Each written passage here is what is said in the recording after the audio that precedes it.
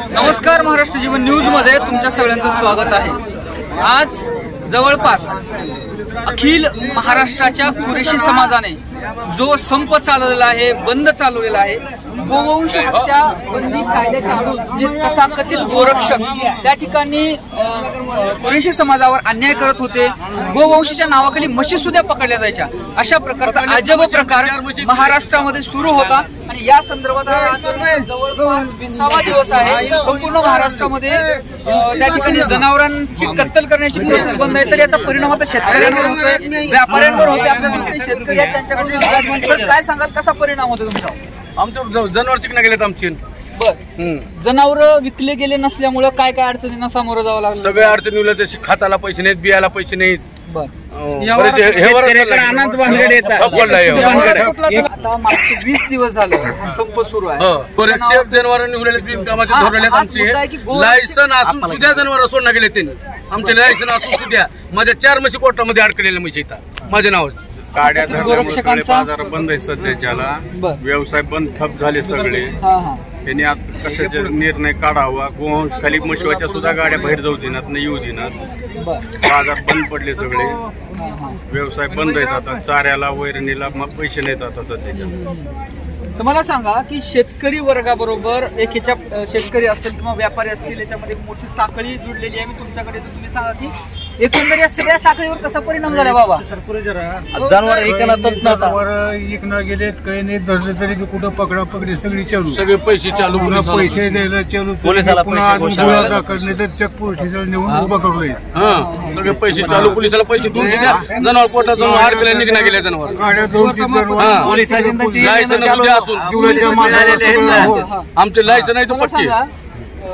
गोरक्षक जे सांगतात की आम्ही गायींना सांभाळतो आणि या ठिकाणी गोवंश, मी काय म्हणतो तर गावरान गाई 100% गायचं, भाकड जनावराचं, भाकड म्हशीचं, त्याचं बैलाचं काय करायचं बरं? आम्ही आमचा धंदा कसा आहे की एक भाकड म्हैस जर सट्ट्यावर आली तर ते शेतकरी दुधाची म्हैस घेतो, भाकड म्हैस विकून टाकतो, सटमक करतो, मग त्याला 2 पैसे तयार होत ना, बरोबर आहे का?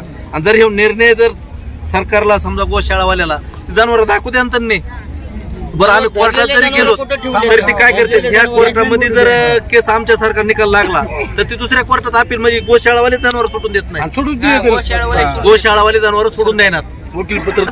गोशाळावाल्याचे जनावर आम्ही बाजारात बी धरले नव्हते, काय गोशाळावाल्याचे जनावर त्यांनी जे केस चालू असताना जनावर बाजारात बी सापडले ना, लातूरच्या बाजारातून नळेगावला सापडले। आत्महत्या करायला लागले शेतकरी, हे कुठला कायदा काढला त्यांनी?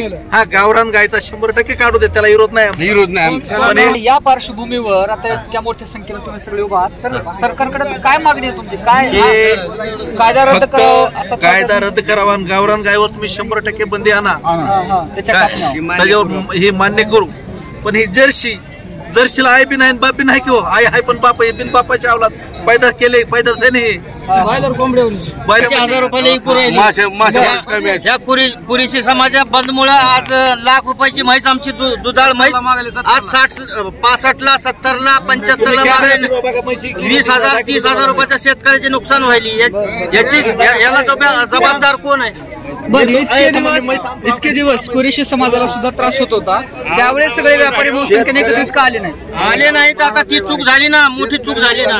आता आम्ही छोटे मोठे आम्ही भाकड जवळ आल्यावर हळदण आल्यावर म्हैस विकत होतो, आता 70,000 रुपयाला 75,000 रुपयाला म्हैस घेतलेली, आज तीच म्हैस आज आमची तेवढ्या मुद्दलाला बी कोण घेणं गेलं। 1 लाखाची म्हैस आहे माझी, 1.5 लाखाची म्हैस आहे, 1 रुपयाला बी कोणी मागितली नाही, काही म्हैस बघा रुपयाला कोणी मागितली नाही। या म्हशीची किंमत जवळपास 1.5 लाख रुपये सांगितली जाते, पण आता या म्हशीला कसल्याही प्रकारचा 1 रुपया भाव मिळत नाही। 60-50 पण ठिकाणी सांगण्यात येत आहे। काय सांगा, त्या म्हशीला कुणीच मागणार ना, 1 रुपयाला मागणार। बरं हिच्यासाठीवर भाकड म्हशी यायला लागल्यात, बरं भाकड म्हशी घेऊन काय करावं आम्ही? हे सगळं बंद असल्यामुळे। बरं आता सरकार म्हणते की आम्ही शेतकऱ्याची व्यापाऱ्याची काळजी करतो आणि एकीकडे अशा निकाल लावा, नाही तर आम्ही काय करणार आहे? शासनाच्या दारात सगळी व्यापारी संघटना आम्ही जनावर नेऊन बांधणार आहेत की सरकारला इशारा आहे आमचा. सरकारने कलेक्टर ऑफिसला जर ह्या 4-2 दिवसात नाही निकाल लागला तर सगळे शेतकरी बहुसंख्येनं आम्ही सगळे भाकड जनावर, दुधाचे जनावर, ताणी जनावर त्यांच्या दारात घेऊन बांधणार आहेत. हे माझा असा इशारा आहे त्यांना. तर तुम्ही पाहू शकता या ठिकाणी आता मी लातूर शहराच्या बैल बाजारामध्ये, जनावरांच्या बाजारामध्ये आहे आणि व्यापारी आणि शेतकऱ्यांमध्ये प्रचंड असंतोष दिसतो. गोवंश हत्याबंदी जो कायदा आहे तर त्याची प्रभावी अंमलबजावणी व्हावी आणि गायीच्या कापण्याबद्दल किंवा गायीच्या संदर्भात त्यांच्या मुलांचं काय म्हणणं नाही. मात्र इतर जे जनावर आहेत त्या इतर जनावरांच्या बाबतीमध्ये गोरक्षक जे आहेत ते गोरक्षक नसून एक काळा धंदा, गोरख धंदा त्यांचा सुरू आहे आणि या गोष्टी लवकरात लवकर थांबल्या नाहीत तर येणाऱ्या काळामध्ये शेतकरी संघटना आणि सगळ्या व्यापारी संघटना मिळून सरकारला ते जनावर विकत घेण्यासाठी मजबूर करतील असा सज्जड इशारा या ठिकाणी शेतकऱ्यांच्या माध्यमातून देण्यात येत आहे. मी विक्रांत शंके, कॅमेरा पर्सन आदित्य वसाळेसह महाराष्ट्र जीवन न्यूज साठी लातूर.